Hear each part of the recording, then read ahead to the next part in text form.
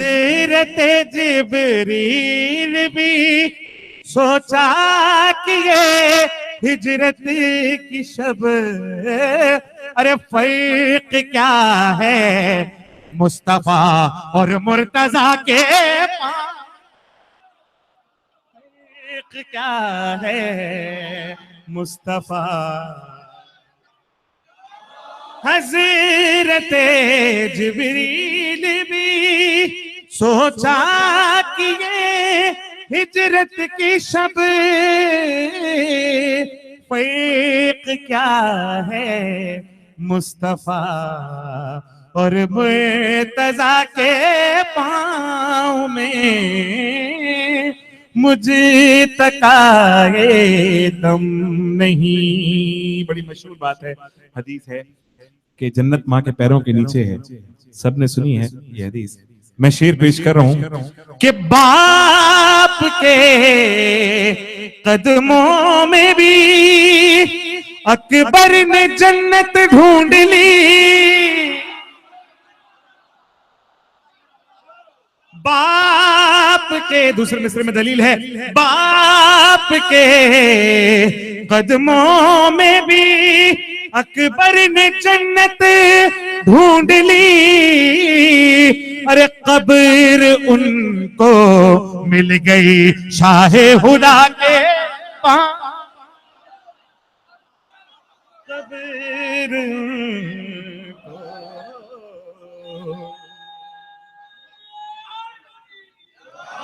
باپ کے قدموں میں بھی اکبر نے جنت ڈھونڈ لی. ارے قبر ان کو مل گئی شاہ خدا کے پاؤں میں مجھے تکائے دم نہیں اتنا قضا کے پاؤں میں. اور مقطع پیش کر رہا ہوں، قبلہ تشریف لا چکے ہیں. توجہ چاہوں گا اس مقطع پہ، توجہات میری طرف رہیں آپ کی. مجھے تکائے دم نہیں اتنا قضا کے پاؤں میں. اور جو عزا سے اور بلا سے مقتدی کو پھیر دے. مقطع اپنے مزاج کے مطابق کہا ہے کہ جو عزا سے اور بلا سے مقتدی کو پھیر دے. جو عزا سے اور بلا سے مقتدی کو پھیر دے. ایسے سارے فتوے ہیں ذل رضا کے پاؤں میں. ایسے سارے فتوے ہیں ذل رضا کے پاؤں میں مجھے تکائے دم نہیں.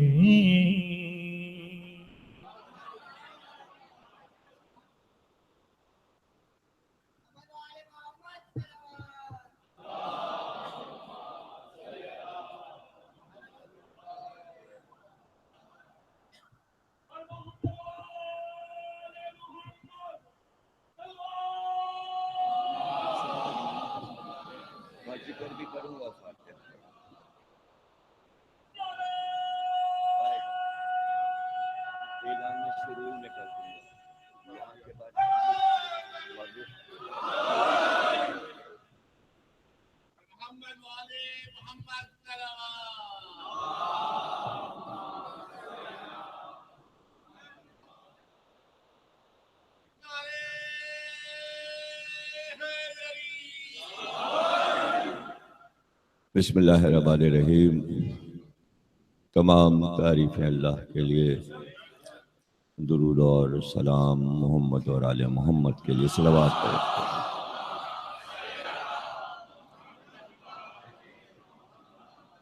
1430 ہجری کے عشر ثانی کی 8ویں تقریر امام بارگاہ دربار حسینی ملیر میں آپ حضرات تنظیم اعضاء اترولہ کی جانب سے سماعت فرما رہے ہیں۔ حدیث قصہ کے موضوع پر ہم مسلسل گفتگو کر رہے ہیں۔ آج لاہور سے اطلاع آئی ہے، ابھی قائد اہل سنت پیر آصف گیلانی کا انتقال ہو گیا۔ مرحوم کے لیے آپ حضرات ایک سورہ فاتحہ،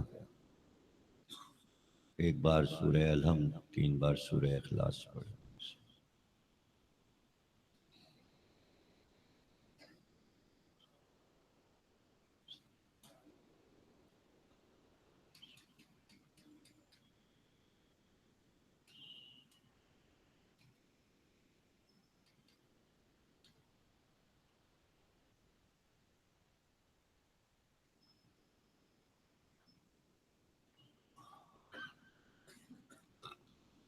مرحوم آصف گیلانی صاحب امام حسن علیہ السلام کی نسل میں تھے، اور حسن مثنیٰ شاہزادے ان کے جد اعلیٰ تھے۔ وہ قدیم لاہور کے باشندے تھے، پاکستان بننے سے پہلے سے،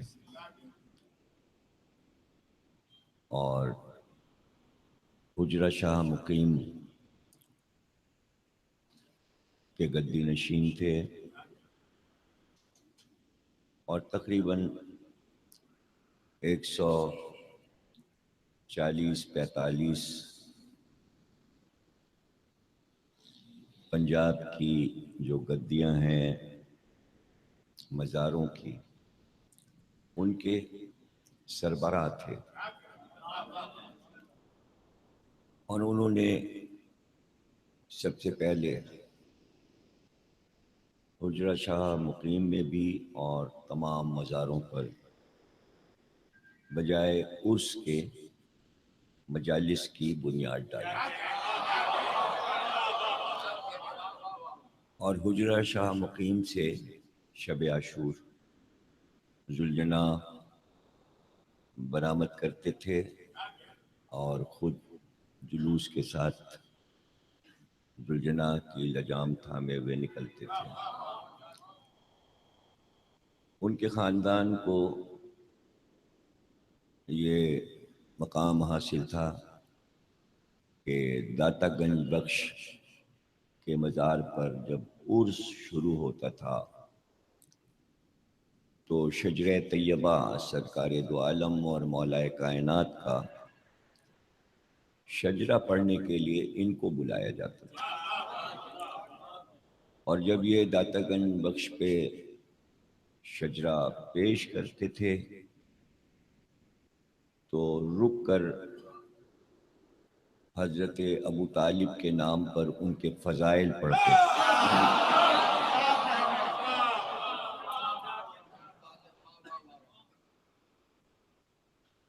جب سے میں لاہور جانے لگا تھا، تقریباً 1990 کے لگ بھگ، اور انہوں نے جب پہلی بار ہماری تقریر سنی تو اس کے بعد وہ ہمارے سمجھ لیجئے کہ بہت گہرے دوست بن گئے تھے، وہ بھی اور ان کے تمام اہل خاندان۔ اور اس کے بعد ہی انہوں نے میری تقریر سننے کے بعد پھر انہوں نے خطابت شروع کی اور خطابت کی طرف، حالانکہ وہ انجینئر تھے اور لاہور کے بہت سے برج انہوں نے بنائے اپنی نگرانی میں، لیکن جب خطابت کی طرف آ گئے تو وہ پھر خطابت کے ہو کے رہ گئے، اور ان کو یہ شعبہ بہت پسند آیا۔ ان کے مزار کی عظمت کے پیش نظر جتنی نماز جمعہ اہل سنت کے یہاں ہوتی تھیں اور ہوتی ہیں، تو وہ جمعے کی نمازوں میں یہ مقرر تھا کہ کسی ایک جمعے میں کسی بھی مسجد میں ان کو بلایا جاتا تھا کہ وہ ایک وعظ جمعے کا سنائیں۔ تو انہوں نے اہل سنت کی مسجدوں میں فضائل اہل بیت کی بنیاد رکھی، اور ہر جمعے کو وہ خصوصی طور پہ شہزادوں کا ذکر کرتے تھے، امام حسن علیہ السلام اور امام حسین۔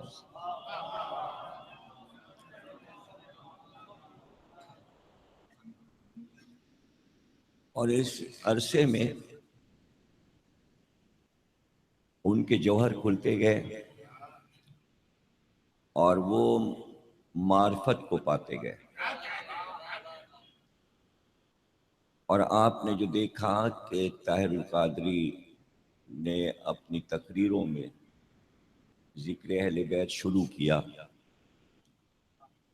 تو چونکہ ان کی پارٹی میں گیلانی صاحب تھے، اس لیے دو ہستیاں لاہور کی مشہور، ایک شاہی مسجد جو کہ بادشاہوں کے دور سے وہاں جو پیش امام ہوتا ہے وہ نسلی ہے،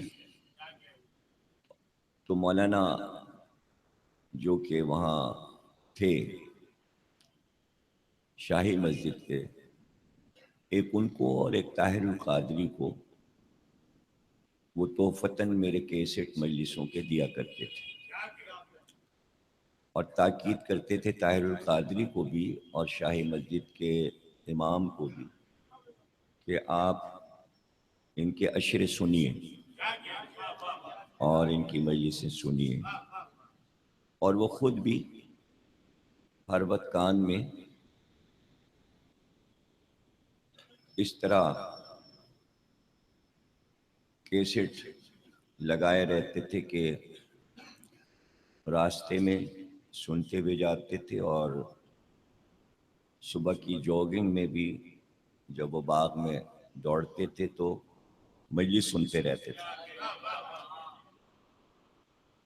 یہ سب ان کی بہت اچھی باتیں اور ادائیں تھیں، حالانکہ بڑے امیر آدمی تھے، کئی ہوٹل ہیں ان کے لاہور میں، ان کا بیٹا عدنان بھی ایک ہوٹل میں ہے، ایک ہوٹل ریز ہوٹل ان کے چھوٹے بھائی اعجاز گیلانی، جس میں وہ ہمیں ٹھہراتے تھے، اور دوستی ہونے کے بعد پھر انہوں نے ہوٹل کا کرایہ کبھی مجھ سے نہیں لیا، اور میرے لیے فری ایک کمرہ ہوٹل کا ہوتا تھا۔ تو کچھ ایسے میرے عشرے تھے کہ جو انہیں بہت پسند تھے، جیسے رضویہ میں ایک اشرا میں نے پڑھا تھا، محسنین اسلام، چھپا ہوا موجود ہے وہ کتابی شکل میں، 50-100 بار سن چکا ہوں، لیکن دل نہیں بھرتا۔ وہ اشرا آپ نے ایسا پڑھا ہے، اور میرے نکات وہ ممبر سے کہہ کر پڑھتے تھے، بتا کے پڑھتے تھے کہ یہ ان کا نقطہ ہے، ان کی فکر ہے. اتنے متاثر ہوتے چلے گئے کہ پھر انہوں نے مجھے خط لکھے. ان کے خط میری کتاب ہے خطوط بنام ضمیر، جس میں نے تمام دانشوروں کے خطوط چھاپے ہیں. وہ کتاب بھی چھپی ہوئی موجود ہے. اس میں نے ان کے خط چھاپے ہیں، وہ آپ پڑھ سکتے ہیں، جس میں انہوں نے مجھ سے یہ کہا کہ میں شیعہ مذہب قبول کرنا چاہتا ہوں اور میں آپ کے ہاتھ پہ قبول کرنا چاہتا ہوں. تو میں نے ان کو منع کر دیا. میں نے کہا آپ سنی اچھے لگتے ہیں،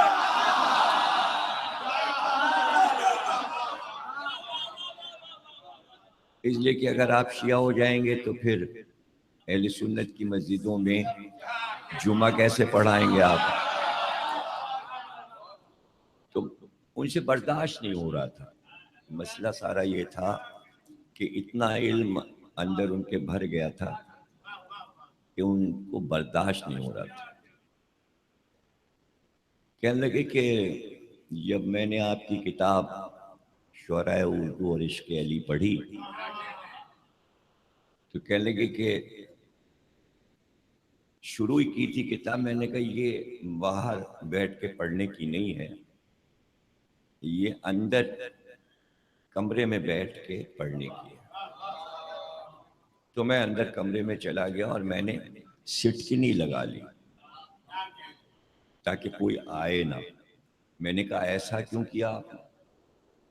کہنے لگے مسئلہ یہ تھا کہ آپ کے ہر جملے پر جو اس میں کتاب میں آپ نے لکھا ہے مولا علی کے بارے میں، اس پہ مجھے دھمال کرنا تھا.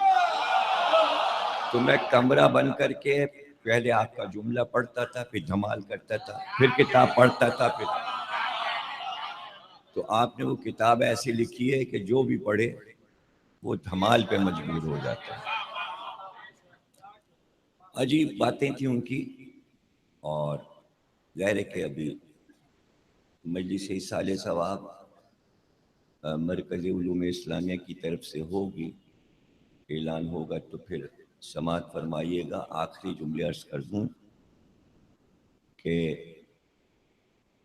دو باتیں انہوں نے بہت مزے کی مجھے بتائیں. ایک انہوں نے یہ بتایا کہ یہ آپ کے ہاں شیعوں میں یہ کیا بحث چل رہی ہے کہ نماز میں علی کا نام ہو کہ نہ ہو. تو انہوں نے کہا مجھے بڑی حیرت ہے شیعوں پر، حالانکہ ہمارے ہاں تصوف میں جو نماز ہے، چونکہ ہمارے ہاں حجرہ بند کر کے نماز پڑھی جاتی ہے. ہم لوگ کسی کو دکھا کے نماز نہیں پڑھتے، چھپا کے پڑھتے ہیں صوفیوں کے ہاں. میں نے کہا کیوں؟ کہنا اس لیے کہ بلند آواز سے ہمیں نماز پڑھنی ہوتی ہے، ہم چپکے چپکے نہیں پڑھتے. تو ہم کمرہ بند کر کے پڑھتے ہیں، نیت کرتے ہیں نماز کی، اور اس کے بعد قیام میں ہم سورہ الحمد پڑھ کر پھر شروع کرتے ہیں اور کہتے جاتے ہیں علی علی علی علی علی علی علی. پھر ہم رکوع میں جاتے ہیں، ہم کہتے ہیں علی علی علی علی علی علی. پھر ہم قیام کرتے ہیں، ہم پھر کہتے ہیں علی علی علی علی. پھر ہم سجدے میں جاتے ہیں، ہم کہتے ہیں علی علی علی علی علی علی علی.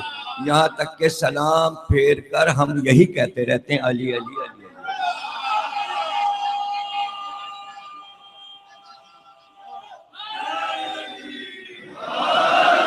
کہ نہیں یہ ہماری نماز ہے، ہم صوفیوں کی یہ نماز ہے اور آپ کیا بحث ہے.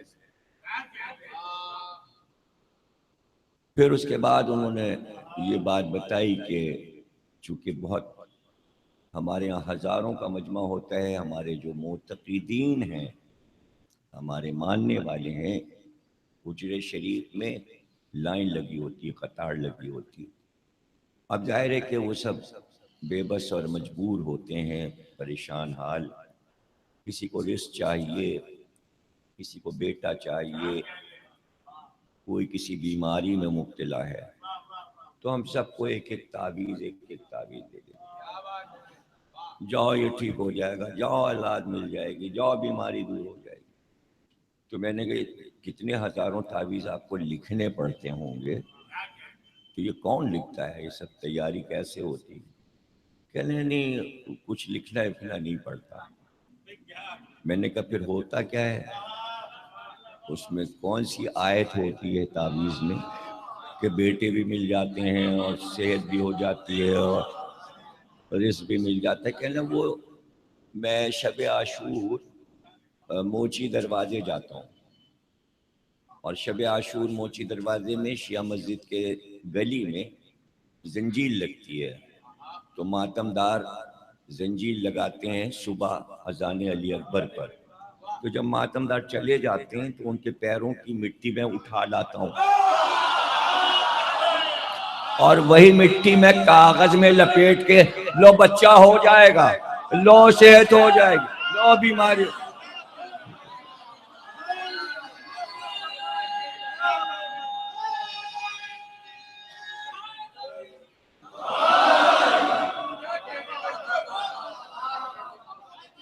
تو ایسی ہستی ہم سے جدا ہو گئی ہے، اور اللہ ان کی مغفرت فرمائے۔ ایام ازاں میں چونکہ ذاکر تھے، اس لیے ایام ازاں میں انہیں مولا نے اپنے پاس بلایا۔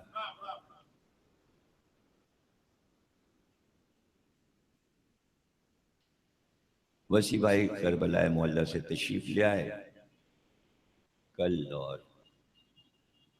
فرمایا انہوں نے کہ حدیث قصہ کے بارے میں یہ بھی بتائیں کیوں پڑھی جاتی ہے۔ تو یہیں سے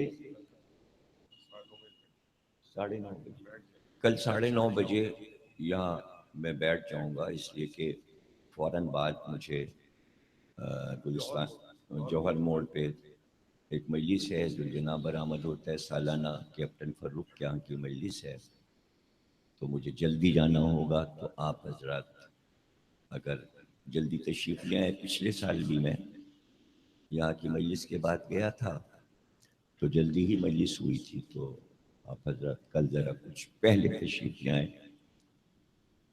تو وسیع بھائی نے فرمایا کہ بھئی یہ حدیث قصہ بتا دیجئے کہ کیوں پڑھی جاتی۔ تو شروع تقریر میں ہی میں بتا دوں کہ کیوں پڑھی جاتی ہے، اس لیے کہ جب یہ واقعہ ہو گیا اور سب چادر میں جمع ہو گئے، تو مولا علی نے رسول اللہ سے پوچھا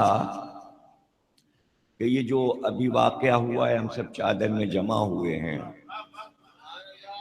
تو اس واقعے کی فضیلت کیا ہے؟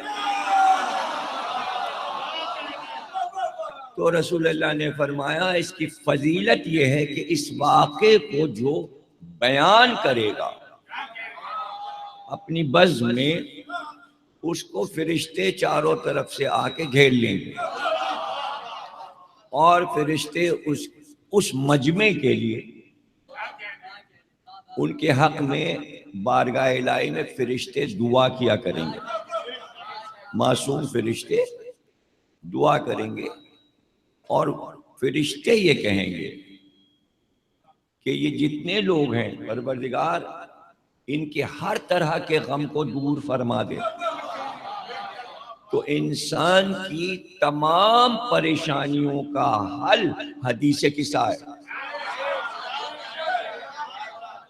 اب اس کے بعد ائمہ کے ارشادات ہیں، معصومین کے ارشادات ہیں۔ خود رسول اللہ نے فرمایا کہ اس کو پڑھنا، اس کو اپنی بزم میں بیان کرنا، یہ جو واقعہ ہوا ہے تمہارے لیے برکت کا باعث ہوگا۔ تو پھر مولا علی سے جب رسول اللہ یہ فرما چکے، تو یہاں پہ حدیث قصہ ختم ہوتی ہے کہ مولا نے یہ فرمایا ہاتھوں کو بلند کر کے کہ پروردگار اگر ایسا ہوگا کہ ہمارے چاہنے والے محفل میں حدیث قصہ پڑھا کریں گے اور فرشتے ان کے لیے دعا کریں گے، تو پروردگار پھر ہم بھی کامیاب، ہمارے شیعہ بھی کامیاب، ہم بھی کامیاب۔ تو سب سے بڑی وجہ تو یہ ہے حدیث قصہ پڑھنے کی کہ یہ آپ کی کامیابی کا اعلان ہے.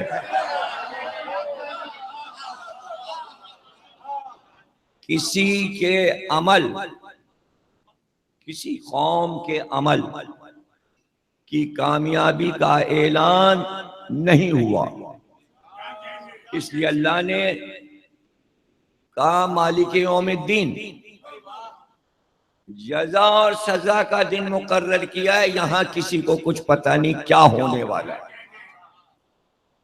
لیکن فضائل آل محمد کا یہ شرف کہ یہیں اعلان کر دیا رسول اللہ نے اور تمام معصومین میں رسول اللہ 14 معصومین نے کہ واحد عمل ذکر اہل بیت ہے، فضائل اور مسائل. یعنی پوری مجلس چاہے فضائل پڑھو یا مسائل، اس کی ضمانت لے کے کہہ دیا تم کامیاب ہو. اس عمل میں یہ نہیں ہوگا کہ جانچا جائے کہ قبول ہے کہ نہیں قبول. نہیں سمجھ رہے اور ابھی نہیں سمجھے، ابھی سمجھاتا ہوں. پہلے یہ بتا دوں کہ حدیث قصہ 11 بار یا 14 بار پڑھیں. کیوں پڑھیں؟ اگر رزق کی پریشانی ہے تو 14 بار پڑھ کے دعا کریں، تمام رزق سے متعلق پریشانیاں دور ہو جائیں گی. 11 بار پڑھیں اگر کسی بلا میں مبتلا ہو گئے ہوں، 11ویں بار پڑھیں گے کہ بلا دور ہو جائے. امام صادق سے ارشادات ہیں، معصوم سے ارشادات ہیں. اگر اولاد نہیں ہوتی تو ہر شب جمعہ پابندی سے پڑھیں. 40 شب جمعہ خوشخبری مل جائے گی کہ اللہ اولاد عطا کرے گا. جو ہر شب جمعہ حدیث قصہ پڑھتا ہے اسے کبھی ناگہانی موت نہیں آئے گی، ایکسیڈنٹ نہیں ہوگا، ایک دم سے موت نہیں آئے گی، اور وہ طبعی عمر تک پہنچے گا. اس کی عمر بڑھے گی جو ہر شب جمعہ حدیث قصہ پڑھا کرے. مختصر یہ کہ 1000 فوائد ہیں حدیث قصہ پڑھنے میں. کہاں تک گنواؤں؟ شرافت انسانی، شجرے کی پہچان، اور پھر اس میں اعلان ہے. آپ حدیث قصہ جب پڑھ رہے ہیں تو اس میں یہ اعلان کر رہے ہیں کہ سرکار نے فرمایا پروردگار جو ان سے لڑے اس سے میری لڑائی، جو ان سے جنگ کرے اس سے میری جنگ، جو ان سے محبت کرے اس سے میں محبت کروں گا. تو آپ محبت کرنے والے ہیں اہل بیت کے، تو رسول اللہ آپ سے محبت کرتے ہیں. تو یاد رکھیے حدیث قصہ فضائل ہے، فضیلت ہے، اور اس کے بعد مصائب حسین کے پڑھے جاتے ہیں. دونوں کی کامیابی کا اعلان ہے کہ یہ عمل فوراً قبول ہوتا ہے. اس کے لیے کوئی کوشش نہیں کرنی، انتظار نہیں کرنا کہ یہ قبول ہوگا کہ نہیں ہوگا. نہیں ہو گیا بھائی، اتنا آسان کر دیا. پیغمبر نے فرمایا جب کبھی یاد آ جائے تو رک کر، جس راستے پر بھی کہیں پر یاد آ جائے تو وہیں رک جانا اور 7 بار میری بیٹی پہ درود پڑھنا. اس کی بخشش کا ذمہ دار میں ہوں. زندگی میں ایک بار جو سیدہ پہ 7 درود پڑھ لے اس کی بخشش کے ذمہ دار پہ اب اس سے بڑا عمل اور کیا ہو سکتا ہے؟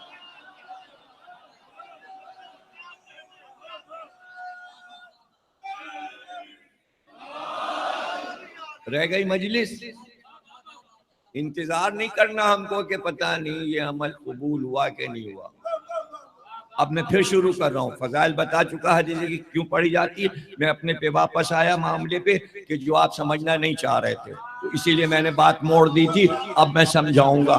آدھا گھنٹہ لگے 1 گھنٹہ لگے، لیکن اب یہی سمجھانا ہے کہ یہ معاملہ آپ کیوں نہیں سمجھنا چاہ رہے ہیں، کیوں نہیں سمجھنا چاہ رہے ہیں کہ ایک عمل ایسا ہے جس کے لیے تمام 14 معصوم نے یہ ضمانت لے لی، قبول۔ وہ کیا ذکر اہل بیت، چاہے فضائل ہو یا مسائل، کیوں ضمانت لے لی؟ اعلان کر دیا، بس کرو، قبول ہے۔ نہیں سمجھ رہے نا؟ سمجھیں، کم سے کم آدھے گھنٹے تو سمجھاؤں گا نا، پھر آگے بڑھوں گا، پھر تقریر ہوگی۔ جب سمجھنا نہیں چاہ رہے تو آدھے گھنٹے تو سمجھاؤں گا۔ نماز کے لیے کیا ہے؟ کوئی قبول نہیں، کوئی اعلان اللہ نے نہیں کیا کہ نماز پڑھنا اور ہم قبول کر لیں گے۔ نہ 14 معصوم نے ضمانت لی، بس پڑھنا،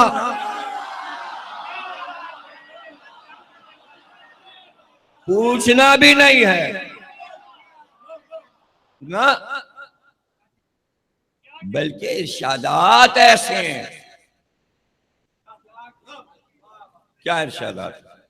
مولا علی نے فرمایا کہ سب سے مشکل کام ہے نماز کی ادائیگی۔ اب مولا فرما رہے ہیں سب سے مشکل کام، پتہ چلا مجلس آسان، حدیث قصہ پڑھنا آسان، فضائل آل محمد پڑھنا آسان، مسائب پڑھنا آسان، مشکل نہیں۔ شرط ایک ہی ہے، وہاں تو شرط ایک ہی ہے کہ ولادت میں نجاست نہ ہو۔ اگر ولادت پاک ہے تو فضائل پڑھنا بھی آسان، مسائب پڑھنا بھی اب ہو گیا۔ اب نماز کا مسئلہ آ گیا۔ کیا مولا علی نے فرمایا کہ دیکھو کسی کو یہ یقین نہیں ہوگا دنیا میں کہ اس نے جو نمازیں پڑھی وہ قبول ہو گئی، اسی لیے تو جزا اور سزا کا دن رکھا گیا ہے۔ ہاں مولا نے فرمایا، پوچھا ہوگا نا اس نے، مولا اتنی نمازیں پڑھیں گے اور اتنا بھی نہ یقین ہو کہ قبول ہوئی کہ نہ ہوئی، اور پڑھے چلے جاؤ پڑھے چلے جاؤ۔ مولا کسی نے کچھ بتایا نہیں، کیسے پتہ چلے گا کہ ہم جو پڑھ رہے ہیں قبول ہوئی؟ مولا نے کہا سنو، پوری زندگی میں، پوری لائف میں اگر 2 رکعت نماز تم نے ایسی پڑھ دی لاکھوں میں کہ جس پہ تمہارا دل یہ گواہی دے کہ یہ بہت عمدہ پڑھی ہے، تو سمجھ لینا کہ وہ 2 رکعت قبول ہوئی ہے، دل گواہی دے۔ تو مولا نے یہ بات بتا دی، نماز وہ عمل ہے کہ ادا ہونے کے بعد بھی دل گواہی نہیں دیتا کہ صحیح پڑھا، مجلس سے اٹھے اور یقین ہے۔ مولا نے قبول کر لیا۔ کیوں بھائی، کیوں؟ اس لیے کہ نماز کے شرائط اتنے، سارے شرائط پورے ہوں تو قبول ہو۔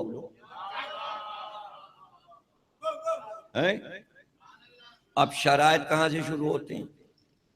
شرائط شروع ہوتے ہیں وضو سے، اس سے پہلے سے، وضو سے بھی پہلے، نماز کے شرائط وضو سے پہلے۔ کپڑے کیسے ہیں؟ کپڑے کیسے ہیں؟ آیا یہ شیروانی میں نے حلال پیسے سے بنائی کہ نہیں بنائی؟ شیروانی پہ ختم نہیں ہوا معاملہ، یہ کرتا حلال پیسے سے ہے کہ نہیں؟ اور یہ زیر جامہ نہیں، یہ بھی حلال پیسے سے، یہ بھی حلال پیسے سے، اور یہ بھی حلال۔ اور اگر بنیان حرام سے ہے،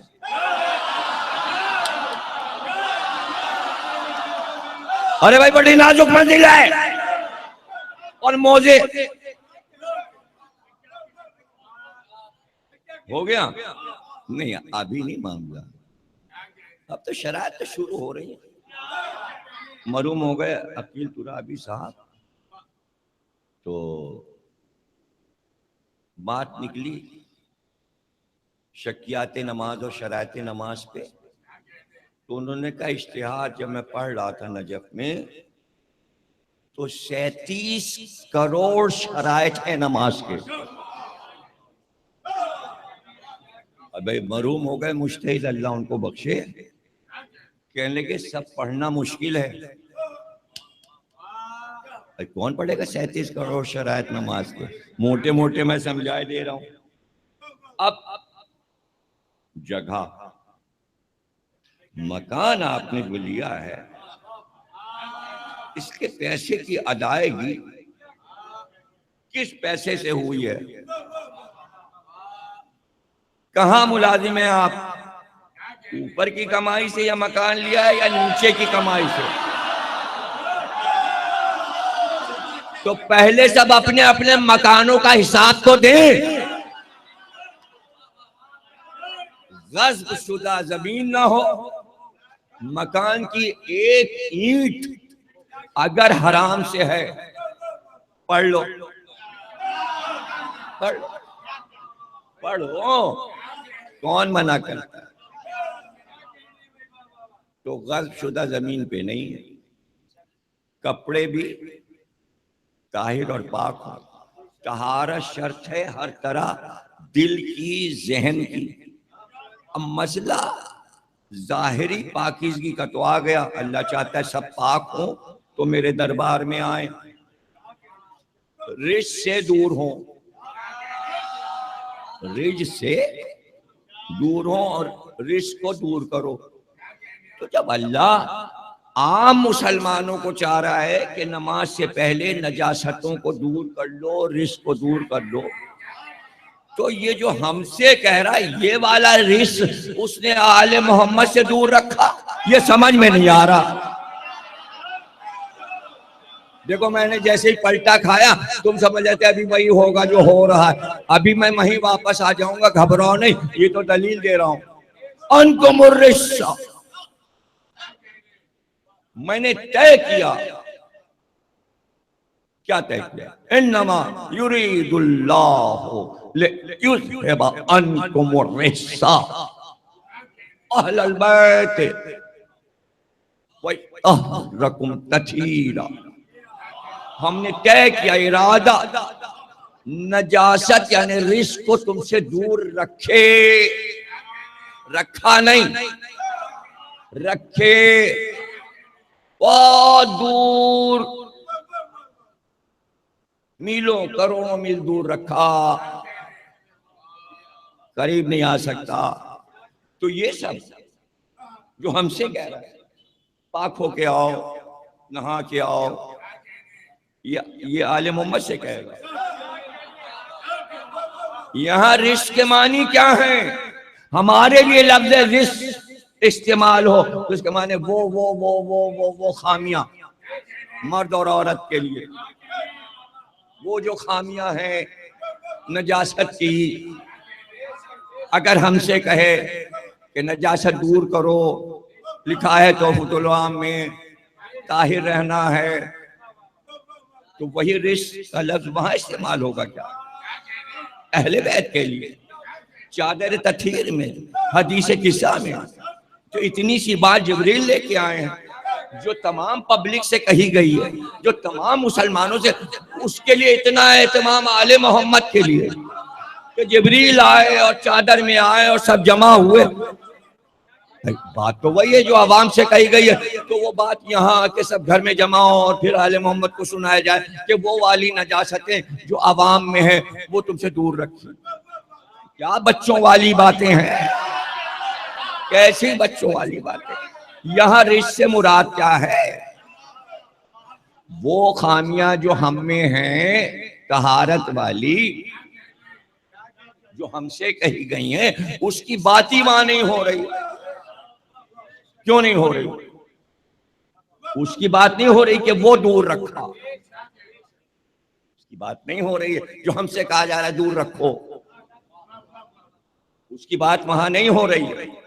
کچھ سمجھ رہے ہیں یا پھر سمجھاؤں؟ اور سمجھاتے رہنا پڑے گا، پھر مجلس آگے بڑھے گی. ہمیں بہت طریقے آتے ہیں سمجھانے کے. اچھا پہلے یہ بتائیے، دینیات میں جن بچوں نے پڑھا ہے، بڑوں نے پڑھا ہوگا، پانچویں دینیات جو ہوتی ہے، پہلی دوسری تیسری چوتھی پانچویں، پانچویں میں بتاتے ہیں طہارتیں کیا کیا، وہ کیا چیزیں ہیں دنیا میں جو طاہر کرتی ہیں انسان کے لیے، کیا چیزیں پاک کرتی ہیں. اس میں نمبر 1 کیا ہے؟ لا الہ الا اللہ ہو گیا، پاک ہو گیا. کلمہ. اس کے بعد پانی کا نام لیا آپ نے، تو کیا پانی پہ اللہ نے آیت اتاری کہ تجھ سے میں نے نجاست کو دور رکھا؟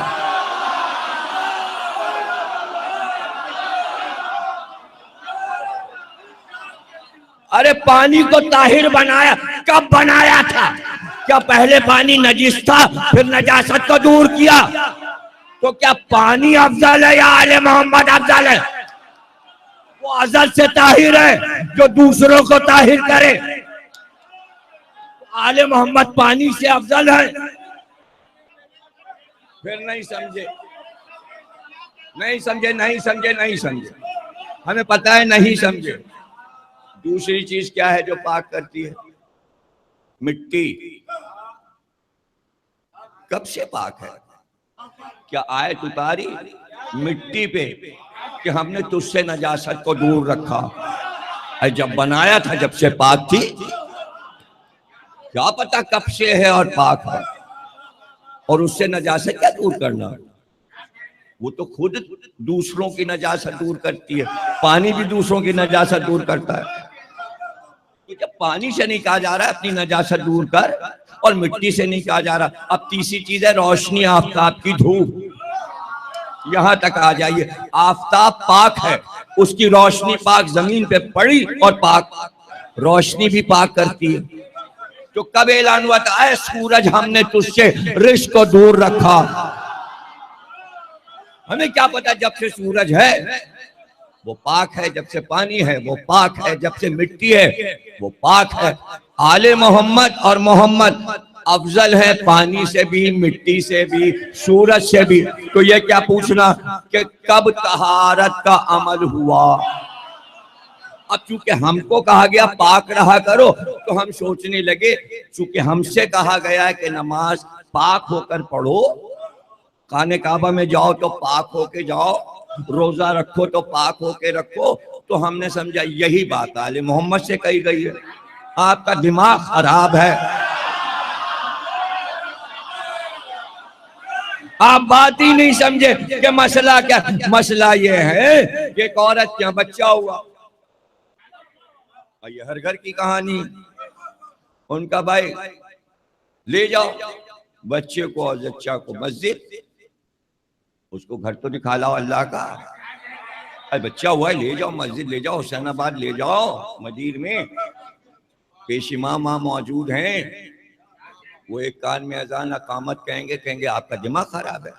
ابھی نہ بچہ مسجد میں جا سکتا ہے نہ اماں. کیوں بھائی کیوں نہیں جا سکتا؟ آپ کو کچھ پتہ ہی نہیں ہے. بھائی ہمیں نہیں معلوم.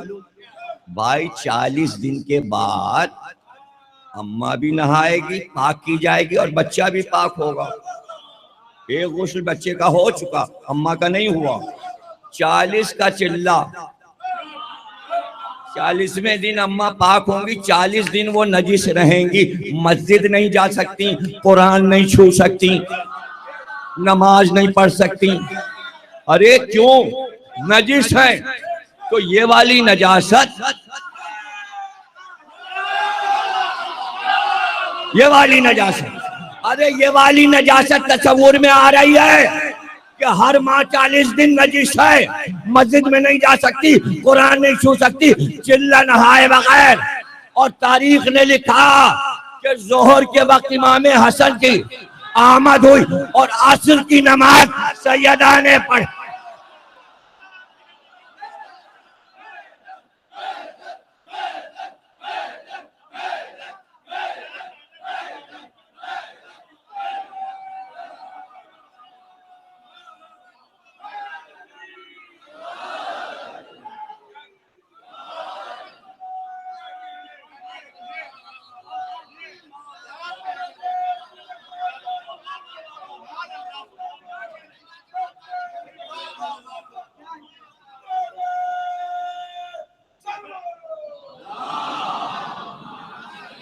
بھائی پانی پاک ہے اور پاک کرتا ہے، پانی پاک ہے اور پاک کرتا ہے، پانی پاک ہے اور پاک کرتا ہے، مٹی پاک ہے اور پاک کرتی ہے۔ مگر عجیب بات ہے، پانی رکھا تھا، ارے اسے نہ چھوئیے گا نجس ہو گیا۔ اچھا پانی نجس ہو گیا، پانی میں نجاست آ گئی، مٹی، ارے دیکھیے نا یہ نالی بہ رہی ہے اسی مٹی پہ، یہ نجاست ہے دیکھیں چھینٹنا پڑ، ارے ابھی تک تو مٹی پاک تھی، نہیں وہ نجاست، وہ تو نالا بہنے لگا تو یہاں کی مٹی نجس ہو گئی۔ یہ پانی ہاں ہے تو پاک، لیکن یہ یہاں دیکھیے نجاست پانی میں کسی نے ڈال دی، گٹر کا پانی ہے مل گیا پانی میں، اب یہ پانی نجس ہو گیا۔ پتہ چلا پانی پاک کرتا ہے مگر کبھی کبھی نجس ہو جاتا ہے، مٹی پاک کرتی ہے مگر کبھی کبھی نجس ہو جاتی ہے، مگر سورج کی روشنی کبھی نجس نہیں ہوتی۔ آل محمد نور ہے،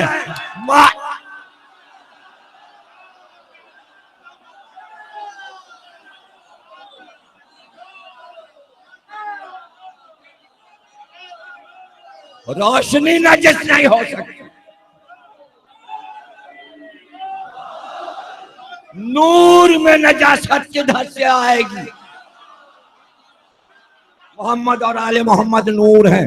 پھر کیا کہا اللہ نے کہ رزق کو دور رکھا، پتہ چلا یہ ساری نجاستیں جو کائنات کی ہیں اس کی بات نہیں ہو رہی، تو امام سے پوچھو نا کہ یہاں رزق کے معنی کیا ہے۔ امام صادق سے پوچھا گیا کہ آیت تطہیر میں رزق کیا ہے جسے آل محمد سے دور رکھا گیا، امام نے فرمایا شک۔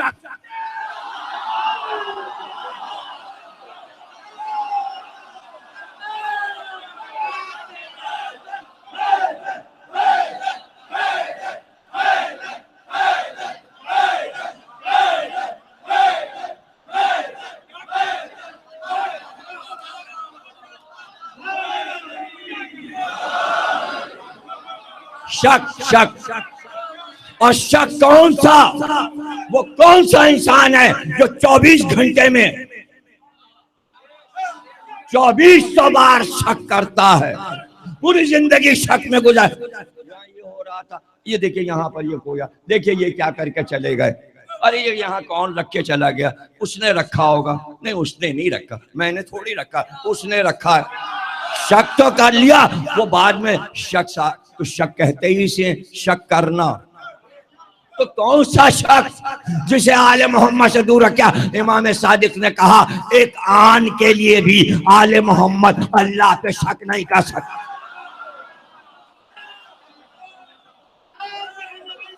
اللہ پہ شک کرنا نجاست ہے۔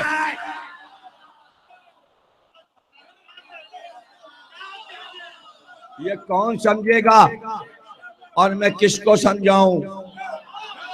کائنات کی ساری مصیبتیں پیغمبر پہ پڑ جائیں اور آل محمد پہ پڑ جائیں، دنیا پہ مصیبت پڑتی ہے تو وہ کہتا ہے یا اللہ میں ہی تھا کہ ساری مصیبتیں، شک،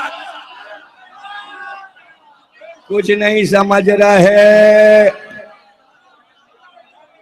ارے کچھ نہیں سمجھ رہے، ایک آن کے لیے نہیں، وہ تو معصوم ہے 14، وہ معصوم ہیں، جو مصیبتوں پہ سجدہ شکرانہ کرتے ہیں وہ 14 ہیں، جو مصیبت پر، بلاؤں پر، بچوں کی موت پر شکرانے کے سجدے کرتے ہیں، شک کیسا؟ ارے جناب زینب کا کیا مقام ہے جو آل محمد کی لاش پہ سجدہ کرتی ہے، ماں کے بچے چھنتے ہیں اور وہ رب سے شکوہ نہیں کرتی بلکہ یہ کہتی تیرا شکر ہے قربانی قبول کر لی۔ یہ ہے منزل طہارت، اس کو کہا گیا اہل البیت، اور ہم نے تمہیں پاک رکھا جو پاک رکھنے کا حق ہے۔ یہاں پاک سے مراد یہ ہے کہ تم ہر حال میں ہم سے محبت کیے جا رہے ہو، ہماری طرف سے بلائیں آ رہی ہیں، مصیبتیں آ رہی ہیں تم پہ، اور تم ہو کہ ہمارے عشق میں، ہمارے عشق میں یہ ہے آیت تطہیر، دنیا لکھتی رہے یہ ہے عالم محمد سے یہ دور، وہ سب پہلے ہی دور تھا معاملہ۔ جو ہمارے لیے نجاستیں ہیں اس کا تصور بھی وہاں نہیں، اس لیے کہ وہ نور ہیں، وہ نور ہیں، وہ ولی ہیں، وہ تو سوچنا بھی بیکار ہے، بیکار، نور ہے۔ جیسے فرشتوں کو کسی چیز کی حاجت نہیں ہے۔ آل محمد انسانی پیکر میں ہے، لیکن وہ جو پیکر ہے نا وہ ہمارا جیسا پیکر نہیں ہے، اس میں نور ہے لیکن پیکر وہ ہمارا جیسا نہیں، اس لیے کہ ہم کو چھینک آتی ہے، ہمارے پیکر کو چھینک آتی ہے، ہمارے یہاں بلغم آتا ہے، ہمارے یہاں تھوک آتا ہے، ہمارے جسم پہ مکھی بیٹھ جاتی ہے۔ 14 معصوم کو نہ چھینک آتی ہے، نہ بلغم آتا ہے، نہ تھوک آتا ہے، اب اس سے بڑھ کے کیا بتاؤں کہ کیا کیا نہیں ہے۔ ان کے جسم پہ مکھی نہیں بیٹھ سکتی، ان کے جسم پہ مچھر نہیں بیٹھ سکتی، کوئی کیڑا نجس جو کہیں سے اڑ کے آیا ہے وہ یہاں نہیں بیٹھے گا۔ اس کے علاوہ ہم کیسے سمجھائیں کیا ہے نجاست، کیا ہے نجاست؟ ذکر کیا تھا میں باب قبلہ سے نکلا اور میں پہنچا فہد ہلی کے مزار پہ۔ حدیث قصہ کے راویوں کے سلسلے میں فہد ہلی کا نام آ رہا ہے، پڑھ لیجیے۔ آج بھی میں 200 کاپیاں لایا ہوں، جن کو نہیں ملی لے لیجیے گا، حسن کے پاس ہے، اور کل ناظم صاحب نے کہا میں 1000 کاپی کرا دوں گا، تو کل اگر آج جسے نہ ملے کل مل جائے گا۔ پورا سلسلہ ہے روات حدیث قصہ کا موجود، اس میں فہد ہلی کا نام۔ میں نے آیت اللہ رفاقت حسین صاحب سے، جن سے ہماری عراق میں کربلا میں دوستی ہو گئی اور وہ روز میرے پاس آتے تھے ہوٹل میں، تو میں نے کہا فہد ہلی کا آپ نے تو ایک معجزہ سنا دیا کہ انہوں نے اپنے کدال کو اژدہا بنا دیا، اور ان کی کوئی فضیلت بتائیے۔ کہنے نے سنیے ان کی فضیلت۔ یہ رہتے تھے کربلا معلیٰ کے حدود میں، تو یہ ہمیشہ یہ کرتے تھے کہ میں کربلا میں رہتا ہوں اور یہاں میں غلاظت کرتا ہوں، کربلا میں پیشاب کیسے کروں اور دوسرا کام کیسے کروں جو ممبر پہ نہیں کہہ سکتے،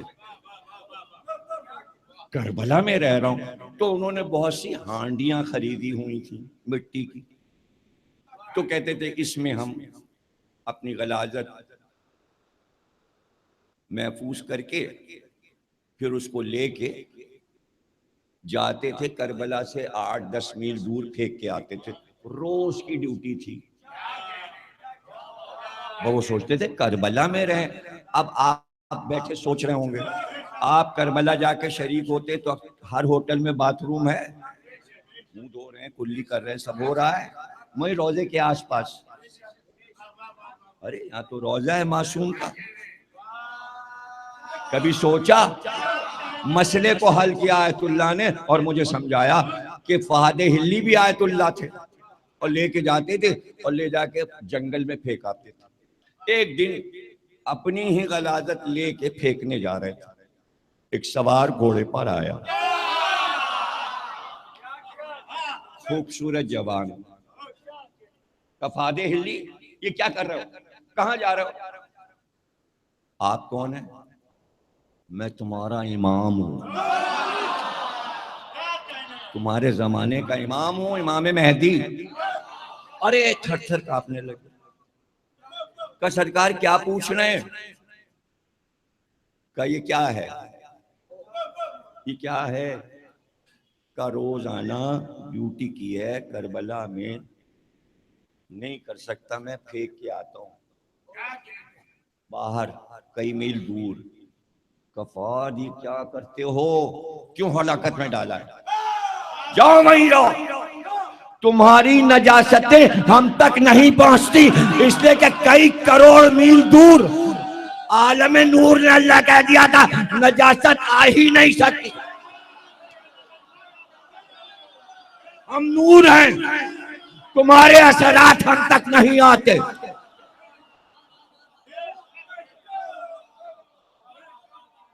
نہیں آتے. اگر ایسا ہوتا تو کربلا میں زائرین کے لیے کیا مصیبت ہو جاتی. امام نے فلسفہ بتایا,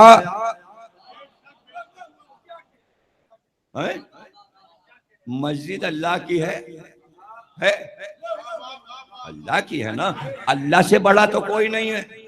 اور قرآن میں آیت ہے اللہ کی پاکی بیان کرو, یعنی سب سے بڑی طہارت اللہ کے لیے رکھو. قرآن میں آیت ہے اے ابراہیم کعبے کو پاک رکھو, کرو نہیں, پاک رکھو.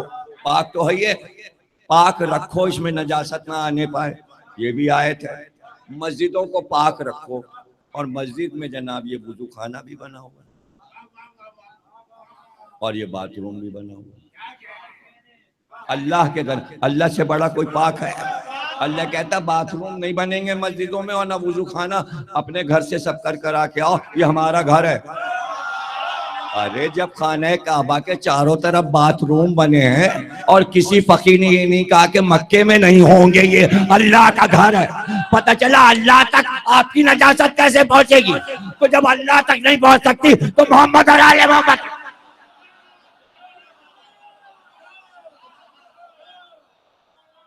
اب فلسفہ طہارت اور فلسفہ نجاست جتنی آسان طریقے سے ہم نے آپ کو سمجھایا. اب آیت میں سب سے واضح لفظ جو ہے وہ ہے اہل البیت, اے اہل بیت, اے اہل بیت. اب یہ ہے سورہ احزاب میں آیت, چھوٹی سی ایک بحث ہے, اس کو اتنا بڑھایا شیعہ سنی مفسرین نے کہ صفحے کے صفحے لکھے. مجھے ضرورت نہیں ہے کہ میں دیر تک اس پہ بولوں, اس لیے کہ ایک دلیل سے یہ مسئلہ حل ہو جائے گا. کچھ نے کہا آیت تطہیر ازواج پیغمبر کے لیے ہے, کسی نے کہا ازواج پیغمبر اور اہل بیت پنجتین پاک دونوں کے لیے ہے, اور ایک گروہ نے کہا اصحاب بھی شریک. اس کے معنی اب سب معصوم ہو گئے. اب یہ بحث شیعہ سنی مفسر لکھے چلے جا رہے ہیں, یوں نہیں یوں, یوں نہیں یوں, یوں نہیں, اور وہ گرامر کی بحث اور اس کی بحث اور اس کی بحث, جس میں ایک بحث یہ بھی ہے. کیا ایک بحث یہ ہے کہ صیغے کیا ہیں اردو میں, ہم کیا بولیں گے؟ آپ آئے, آئے ہیں, آپ آئے ہیں, آپ بیٹھے ہیں, آپ باتیں کر رہے ہیں, ہو گیا نا. کیا مطلب؟ اس کا مطلب یہ مرد ہیں سب بیٹھے ہوئے, ان کے لیے صیغہ کیا ہے؟ آئے ہیں, بیٹھے ہیں, باتیں کر رہے ہیں. اور اگر عورتیں ہوں, آئی ہیں, بیٹھی ہیں, باتیں کر رہی ہیں. تو ہر زبان میں عورت کے لیے, عورت کے لیے الگ, مرد کے لیے الگ. آیت تطہیر میں جتنے لفظ ہیں سب مذکر ہیں. اگر عورت کے لیے یہ آیت ہوتی تو زید شہید جو چوتھے امام کے بیٹے تھے, تو مرد کے لیے عربی میں بولتے ہیں انکم, تم سے, مرد کے لیے بولتے ہیں انکم. عورت کے لیے کیا بولیں گے؟ زید شہید نے کہا انکننا, عورت کے لیے انکننا, مرد کے لیے انکم. تو زید شہید نے کہا انکننا تو ہے ہی نہیں, عورت کے لیے نہیں ہے. چونکہ چادر میں مردوں کی اکثریت تھی اور بی بی تھی ایک, تو جہاں اکثریت جس کی ہوگی صیغے اس کے لیے ہوں گے. رسول ہیں, علی ہیں, حسن اور حسین ہیں, اس لیے اب ہر لفظ مرد کے لیے, انما مرد کے لیے.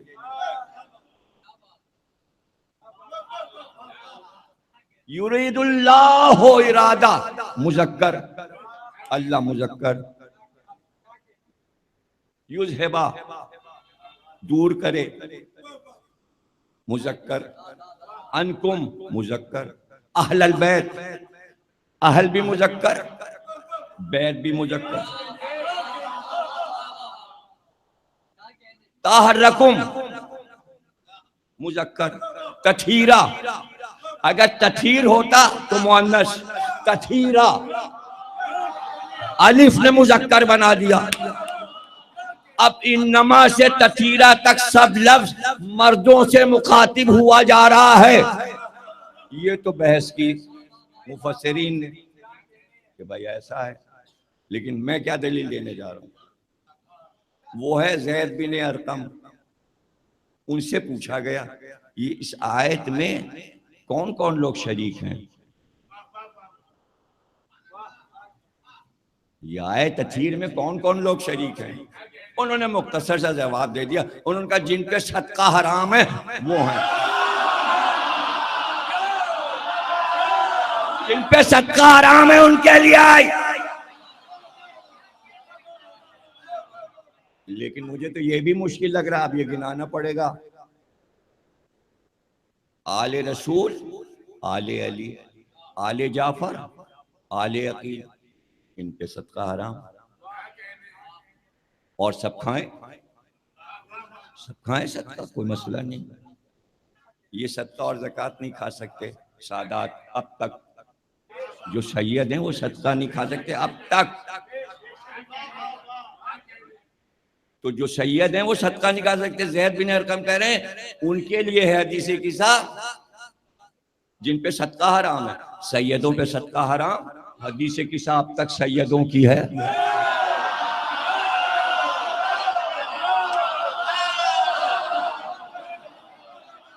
نہیں، اس سے بھی آسان کر لیں. اب اس کو بالکل ہی آسان، کمپیوٹر کے ثبوت کے مطابق، جیسے کمپیوٹر بالکل آسان کر کے بتا دیتا ہے کہ بھئی یہ سب سے مختصر بات ہے. اگر حدیث قصہ اور آیت تطہیر کسی اور کے لیے ہوتی تو تاریخ میں اور حدیث میں اس نے دعویٰ کیا ہوتا کہ میرے لیے. رسول کی کسی بیوی نے نہ صحابی نے یہ دعویٰ ہی نہیں کیا کہ میرے لیے.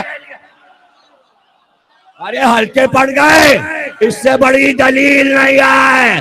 صرف آل محمد نے دعویٰ کیا کہ آیت تطہیر ہمارے لیے ہے.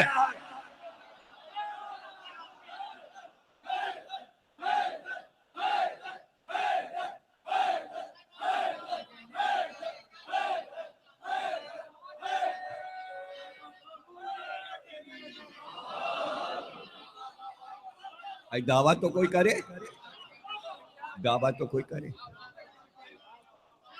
صحیح بخاری میں ہے، ام المومنین حضرت عائشہ رضی اللہ تعالیٰ عنہ سے پوچھا گیا کہ آپ کا خیال کیا ہے علی کے بارے میں، کہ میں ان کی کیا تعریف کروں کہ رسول اللہ نے ان کو، فاطمہ کو، حسن کو، حسین کو چادر میں لے کر کہا کہ یہ سب طاہر ہیں اور یہی میرے اہل بیت ہیں. میں نے اپنی آنکھ سے دیکھا. ارے بی بی نے حدیث قصہ کا واقعہ دیکھا ہے. بی بی کا احترام کرنے والوں سب پڑھا کرو حدیث قصہ.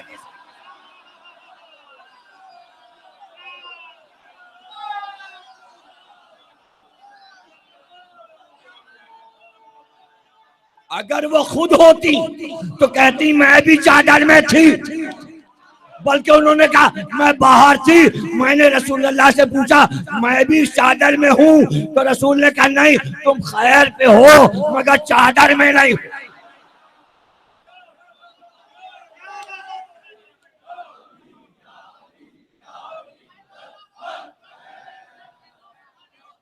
پروردگار یہ میرے اہل بیت ہیں.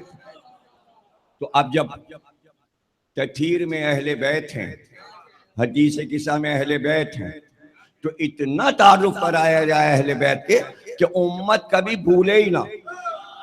اس لیے اتنی حدیث پیغمبر نے بیان کی، اتنی کہ زید بن ارقم نے کہا کہ غدیر خم کے میدان میں ہم کو یاد ہے کہ رسول اللہ نے فرمایا انی تارک فیکم الثقلین، کتابی و عطرتی اہل بیت.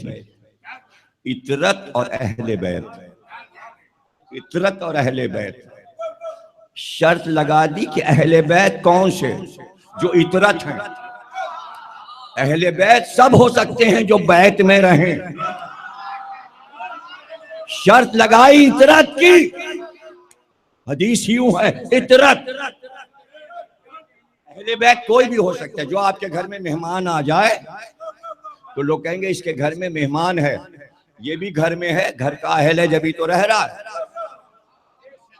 دادا دادی کہیں رہتے ہیں, ان کو بھی بلا لیا آپ نے, آ جائیے ہمارے ہاں, اب وہ بھی اہل بیت میں ہے.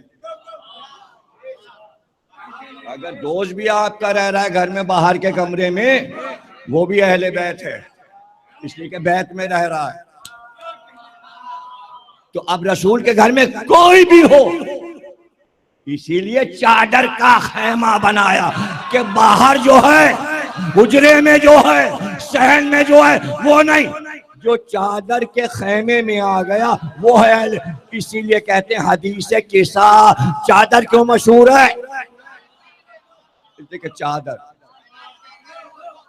جو اس میں آ گئے چادر میں, وہ ہیں اہل بیت. توجہ ہے نا. تو اب بتانا ضروری ہے. میں تم میں چھوڑ رہا ہوں دو گراں قدر چیزیں, یہ آپس میں جدا نہیں ہوں گے, قرآن اور اہل بیت. اور یہ کوثر تک ساتھ آئیں گے, جدا نہیں ہوں گے. اور میں کوثر پہ پوچھوں گا تم لوگوں سے, اے امت والو, کہ تم نے قرآن کے ساتھ کیا کیا اور اہل بیت کے ساتھ کیا کیا. اور میں تمہیں وصیت کرتا ہوں, اہل بیت کے لیے خصوصی وصیت کرتا ہوں تم کو, اللہ کا واسطہ ان کا خیال, اللہ کا واسطہ ان کا خیال رکھنا. اب میں دیکھتا ہوں کہ تم میرے بعد ان کے ساتھ کیا سلوک کرتے ہو. کیسے کیسے جملے کہہ رہے ہیں, کیسے کیسے جملے کہہ رہے ہیں. حدیث ثقلین مشہور, سب نے لکھا. کوئی ایسا نہیں شیعہ سنی میں جس نے یہ حدیث نہ لکھی ہو.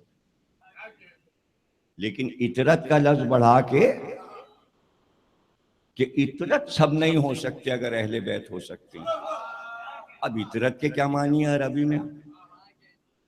اطرت کے عربی میں کیا معنی؟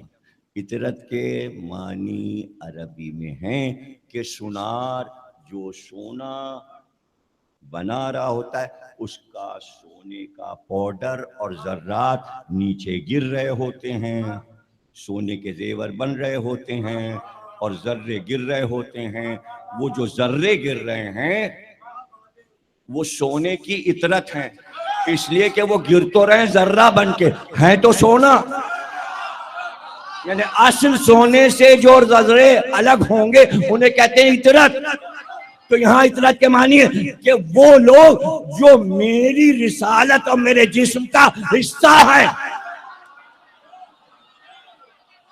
اب اہل بیت وہ ہیں, اہل بیت وہ ہیں.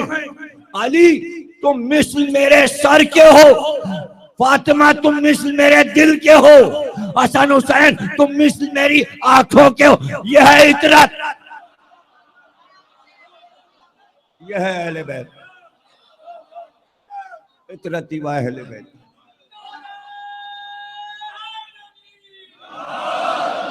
ایک بار نہیں, پھر فرمایا دیکھو اگر تم ان کے کہنے پہ چلو گے, اہل بیت کے کہنے پہ, کبھی گمراہ نہیں ہوگے. ان کے کہنے پہ چلو گے تو کبھی گمراہ نہیں ہوگے.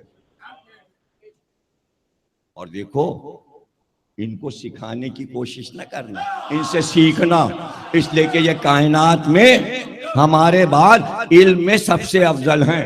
انہیں بتانے کی کوشش نہ کرنا, ان سے سیکھنا, اور کبھی ان کے آگے نہ بڑھنا. اب یہاں جملہ آگے بڑھ گیا, صرف یہ نہیں کہا ان کے آگے نہ بڑھنا. اگلا جملہ سنیں گے, اگر ان کے آگے بڑھے تو ہلاک ہو جاؤ گے. اب میں کیا کروں کہ جملہ رسول کا ہے کہ اگر آگے بڑھے تو ہلاک ہو جاؤ گے, تو کوئی صاحب بار بار کہتے اگر علی نہ ہوتے تو میں ہلاک.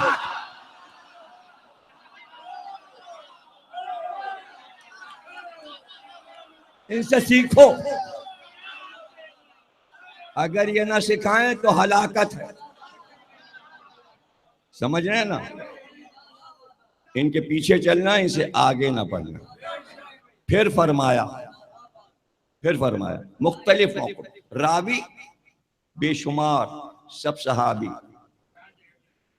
اس میں ابو ہریرہ بھی ہیں، خدری بھی ہیں، اس پہ جابر بن عبداللہ انصاری بھی ہیں، عبداللہ بن مسعود بھی ہیں، اس میں عبداللہ بن عباس بھی ہیں، راویوں کی کمی نہیں، اور سب یہی حدیثیں بار بار سنا رہے ہیں۔ اور اہل سنت کی کتابیں جناب المودت میں پڑھ لی، سب چیپٹر بنا کے لکھی انہوں نے اہل سنت میں۔ اب یہ حدیث آئی، دیکھو میرے اہل بیت، شکایت تطہیر میں اہل بیت کا نام آ رہا ہے، اس لیے میں واضح کر رہا ہوں کہ کون اہل بیت۔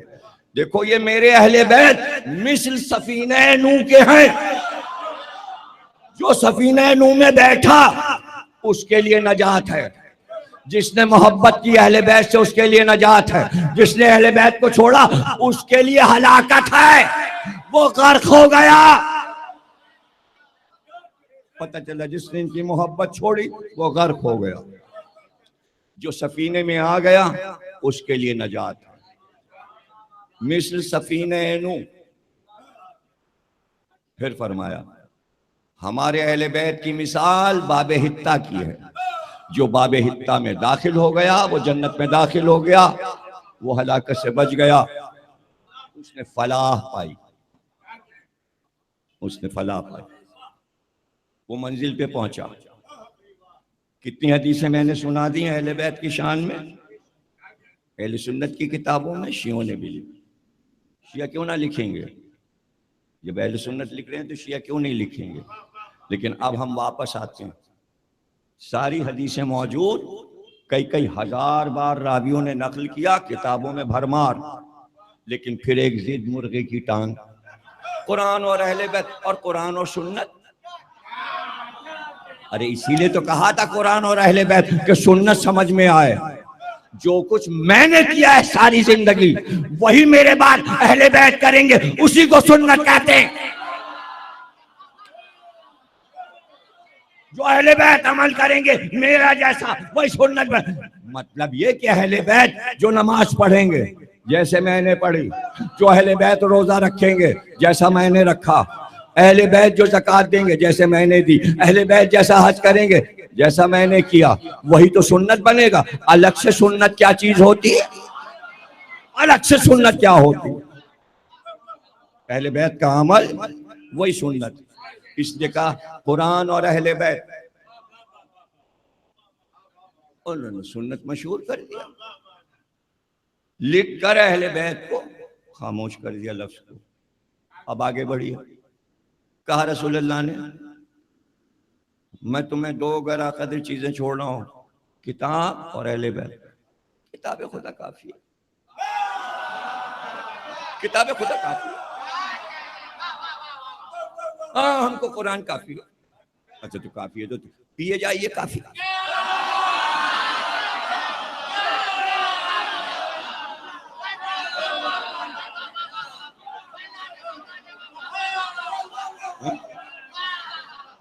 اب سرکار نے فرمایا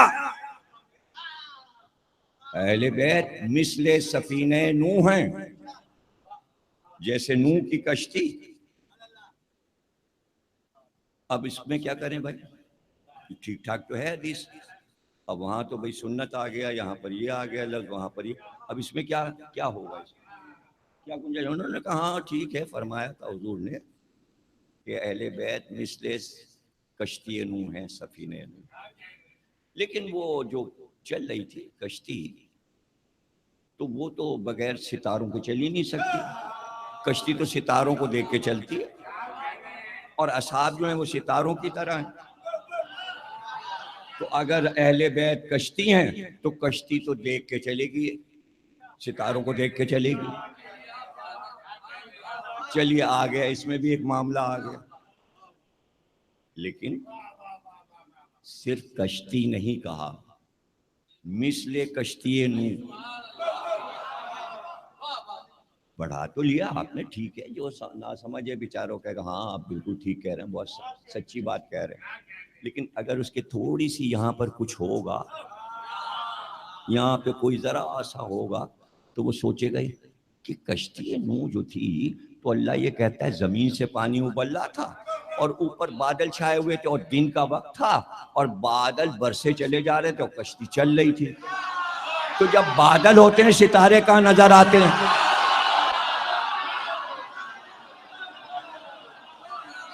کشتی تو چلتی جا رہی تھی. اللہ کہہ رہا ہے آیت ہے قرآن کی کشتی نوح میری نگرانی میں چل رہی تھی. آل محمد کا سفینہ اللہ کی نگرانی میں.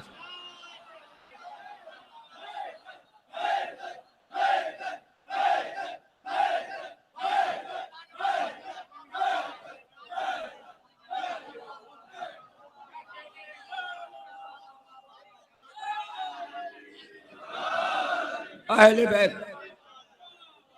اہل بیت. اب یہ رہ گیا آخر میں جو حدیث پیش کی تھی باب حتہ، یہ بھی قرآن میں ہے اور رسول اللہ نے قرآنی آیت کی تشبیہ اہل بیت باب حتہ. اب موسیٰ کی قوم بڑی لاڈلی قوم تھی، نخرے تھے قوم کے، یہ چاہیے اور وہ چاہیے اور یہ کر دو اور وہ کر دو. اور ایک جگہ تو پھر پہنچے تو بڑا صاف ستھرا شہر نظر آیا اور بہت سے مندر نظر آئے، اس میں اچھے اچھے بت لگے ہوئے تھے، گھنٹیاں بج رہی تھیں اور بت کی پوجا ہو رہی تھی. تو حضرت موسیٰ سے پوری قوم کہنے لگی اے موسیٰ ہمارے لیے بھی ایسے ہی بت ایک بنا دو، ہم بھی ایک بت پوجا کریں گے. توحید ساری وہی توریت اور پھر وہیں کے وہی. پتہ ہے موسیٰ نے کیا جواب دیا؟ تم بڑی جاہل قوم ہو. اس کا جواب ہی کیا تھا؟ کیا جواب دیا جاتے؟ تم بڑی جاہل قوم. اب کیا سمجھائیں کہ اللہ ایک توحید سمجھا کے بتوں کو دیکھا لالچ آ گئی کہ ایک بت، اور چونکہ دماغ میں بت گھسا ہوا تھا آخر میں بچڑا بنا کے رہے.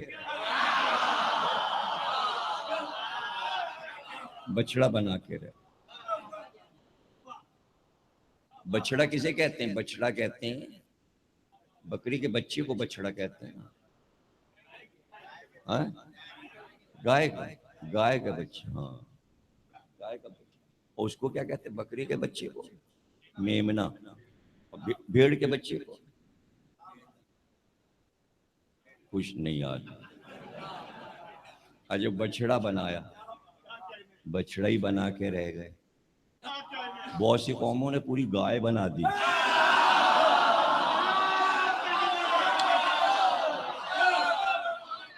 اسی لیے سورہ بقرہ پہلی اتر گیا. گائے پوجا نہ ہو، بقرہ کہتے گائے کو، ہے نا، گائے کو. اب جناب وہ پہنچے تو حضرت موسیٰ نے کہا دیکھو اب جو شہر آ رہا ہے اس میں ایک دروازہ بنا ہے، وہ اللہ کا دروازہ ہے، بخشش کا دروازہ. اور اللہ نے کہا کہ وہ باب حتہ ہے. حتہ کے معنی قابل تعظیم. حتہ عبرانی میں کہتے ہیں قابل تعظیم. تو موسیٰ نے کہا جب اس کے دروازے کے اندر سے تم سب گزرنا باب حتہ سے، تو اب تم کو یہ کرنا ہے کہ تم سجدے کرتے جانا، سجدے کرتے جانا اور مسلسل ورد کرتے رہنا. حتہ حتہ حتہ زبان نہ رکے. حتہ حتہ حتہ کہتے ہوئے اور سجدے کرتے ہوئے داخل ہونا تعظیمی. اچھا اب سجدے بھی کر رہے ہیں اور داخل بھی ہو رہے ہیں. تو بجائے اس کے کہ حتہ کہتے، ایسے ضدی تھے سب یہ کہنے لگے ہنتا ہنتا ہنتا. ہنتا عبرانی میں کہتے ہیں گیہوں کو، مطلب گیہوں دے گیہوں دے. ہتے کی تومین کی ہنتا. اللہ ناراض ہو گیا، اللہ ناراض ہو گیا. اب اس کے بعد بنی اسرائیل کا کیا وہ میں کیا پڑھوں. رسول اللہ کیا فرما رہے ہیں؟ کیا فرمایا؟ میرے اہل بیت مثل باب حتہ ہے، ان کی تعظیم میں جھکتے ہوئے زندگی گزارنا اور کہتے رہنا یہ قابل تعظیم ہے، یہ قابل. اس کی جگہ اگر کوئی اور لفظ استعمال کیا تو بنی اسرائیل ہو جاؤ گے.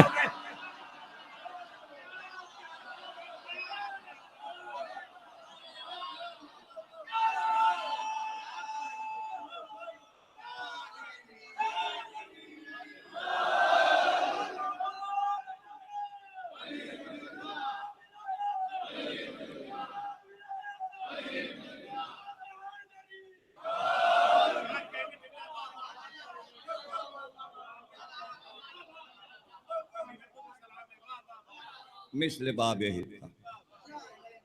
تو جو بھی فضائل حکم الہی سے ہو سکتے تھے سرکار نے وہ سارے فضائل. اب دیکھیے یہ جملہ سرکار کا کہ ہم دیکھتے ہیں کہ تم ہمارے بعد کیا سلوک کرتے ہو اہل. ہم دیکھتے ہیں یعنی ہم دیکھیں گے. یہ تنبیہ والا جملہ ہے کہ اچھے طریقے سے پیش آنا. اس لیے ہر نماز کے بعد دروازے پہ کھڑے ہو کے اے اہل بیت نبوت تم پر ہمارا سلام. اور پھر سب کو کہتے تھے اس دروازے کا خیال رکھنا اور اس گھر میں جو لوگ ہیں ان کا خیال رکھنا. یہ ساری چیزیں اپنے ذہن میں رکھیے گا. اب ڈپٹی نذیر احمد کا ایک جملہ آپ کو سناتے ہیں. مورخ بھی ہیں، مفسر بھی ہیں، قرآن کی تفسیر بھی لکھی، ادیب بھی تھے، بڑے آدمی تھے. میر انیس کی مجلسیں بہت شوق سے سنتے تھے. الہ آباد میں جب گئے میر انیس بہت عالم فاضل تھے. انہوں نے ایک کتاب ازواج رسول پہ بھی لکھی ہے، بہت اچھی کتاب ہے وہ.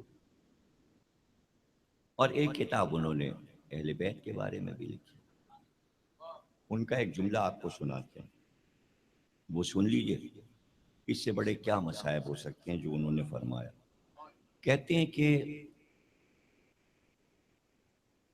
پوری زندگی رسول اللہ نے اہل بیت کے بارے میں اتنی تاکیدیں کیں، وصیتیں کیں، ان کا خیال رکھنا، ان سے محبت رکھنا، ان سے محبت کرنا. اتنا کہا اتنا کہا اتنا کہا. اس کے باوجود امت میں کیا سلوک کیا. ابھی یہ جملہ دیکھیے ادھورا ہے، جملہ پورا ہوگا ان کا.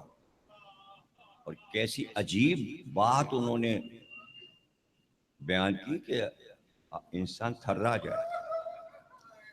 جملہ سنیے. کہتے ہیں کہ اگر رسول اللہ یہ کہہ جاتے کہ میرے بعد اہل بیت پر خوب ظلم کرنا، خوب ظلم کرنا، خوب ظلم کرنا، تب بھی اتنا ظلم امت نہ کرتی جتنا اس پر کیا کہ ان کا خیال رکھنا اور ان پر ظلم نہ کرنا. تب نہ ہوتا اتنا جتنا اب ہوا سمجھانے پر. اس سے بڑا جملہ نہیں ہو سکتا. اور چونکہ یہ بات سمجھا دی تھی کہ قرآن اور اہل بیت یہ جدا نہیں ہے، ساتھ ہے، تو ساتھ کا ثبوت مل گیا. جیسے ہی سر حسین نیزے پہ آیا اور اس نے تلاوت شروع کی، یعنی قرآن و اہل بیت ساتھ ہیں. اور جو ظلم اہل بیت پر ہوئے وہ قرآن پہ ہوئے، جو قرآن پہ ہوئے وہ اہل بیت پہ. نیزے پہ قرآن بھی بلند ہوا، نیزے پہ اہل بیت کے سر بھی بلند. قرآن بھی زخمی ہوا، اہل بیت بھی زخمی ہوا. قرآن بھی جلایا گیا، اہل بیت کا گھر بھی جلایا گیا. دونوں ساتھ ہیں، دونوں کے مصائب برابر ہیں. اگر بیان کیے جائیں تو ایک ہندو شاعر ہے دلو رام کوسری، اس نے کتاب مرثیہ لکھا ہے قرآن اور حسین. اس میں اس نے بتایا ہے موازنہ کر کے جو ظلم حسین پہ ہوئے قرآن پہ ہوئے، جو قرآن پہ ہوئے وہ حسین پہ. پورا مرثیہ پڑھ لیجئے، حیران ہو جائیں گے. ہندو نے ریسرچ کر کے لکھا ہے کہ دونوں ساتھ ہیں اور دونوں نے زمانے کے مصائب ساتھ سہے. قرآن اور حسین، قرآن اور اہل بیت. تلاوت کر رہا ہے سر حسین نیزے پر. کون سے سورے کی؟ سورہ کہف، 18واں سورہ، جو میں شاید پہلی یا دوسری تقریر میں جس کی گفتگو ہوئی. اور اس کو اللہ نے کہا ہے کہ یہ اصحاب کہف عجب تھے، عجائبات قرآن میں شمار ہے. اور سورہ لفظ عجب سے شروع ہوتا ہے. کہ عجیب ذکر ہے اصحاب کہف کا کہ وہ سو رہے ہیں اور زندہ ہیں. 6 مہینے ایک کروٹ سوتے ہیں، 6 مہینے ایک. عجائب الہی، کائنات کی عجائبات میں شمار، اس لیے اس سورے کو عجیب و غریب سورہ کہتے ہیں. اب حسین پڑھ رہے ہیں کہ کتنی عجیب داستان ہے اصحاب کہف کی. امام حسین یہ جملہ کہہ رہے ہیں اور سر آگے بڑھ رہا ہے. جیسے ہی زید بن ارقم صحابی رسول کے گھر کے سامنے نیزہ آیا تو صاف انہوں نے سنا حسین کہہ رہے تھے بڑا عجیب قصہ ہے اصحاب کہف کا. تو وہیں سے پکار کے زید ابن ارقم نے کہا حسین تمہارا قصہ تو ان سے بھی زیادہ عجیب ہے. تمہارا قصہ اصحاب کہف کے قصے سے بھی عجیب. یہ زید بن ارقم اس بات کے دعوے دار ہیں کہ میں نے حسین کو گود میں لیا ہے اور کھلایا. میں نے حسین کو رسول کے دوش پہ دیکھا ہے اور میں نے حسین کے گلے کو بوسے دیتے نبی کو دیکھا ہے. ابھی زید کی ایک روایت سنا چکا آپ کو حدیث قصہ کے بارے میں. واقع کربلا کے وقت یہ بہت بوڑھے صحابی موجود تھے. ان سے بہت سے واقعات بعد کربلا کے بیان ہوئے، درباروں کے بھی بازاروں کے بھی. راوی ہیں یہ. گویا سر حسین نیزے پہ جا رہا ہے اور دلیلیں دیتا ہوا. شہادت ہو چکی، سر کٹ چکا، جسم کربلا میں اور سر حسین سفر میں ہے. اب آپ یہ دیکھیں کہ حسین انسان کا سر جدا ہو جائے تو اس کا مشن ختم ہو جاتا ہے، اس کا کام ختم ہو گیا، اس لیے کہ گلا کٹ گیا، جسم سے سر الگ ہو گیا.